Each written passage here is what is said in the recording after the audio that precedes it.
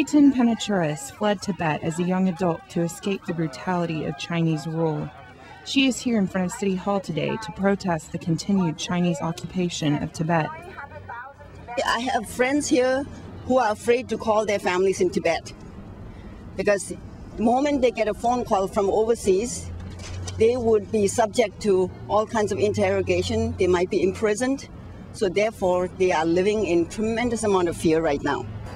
That fear is caused by the Chinese imprisonment and torture of Tibetans for minor offenses, something that has been going on since the 1950s when China took over. The year 1959 saw the culmination of Chinese abuse when the Chinese raped, tortured, and killed more than 80,000 Tibetans and caused the Dalai Lama to flee into exile.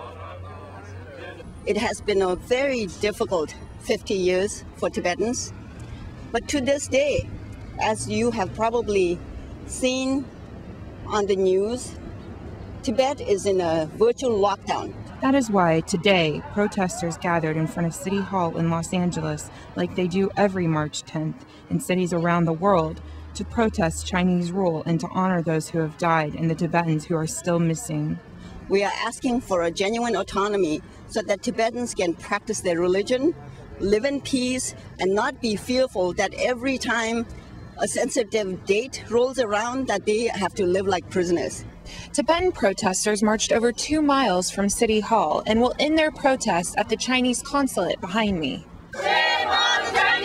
The Chinese consulate is just sending a message to the Chinese government, and it's reminding people that are in that building that work for the government, that are sometimes unaware of the truth that's going on.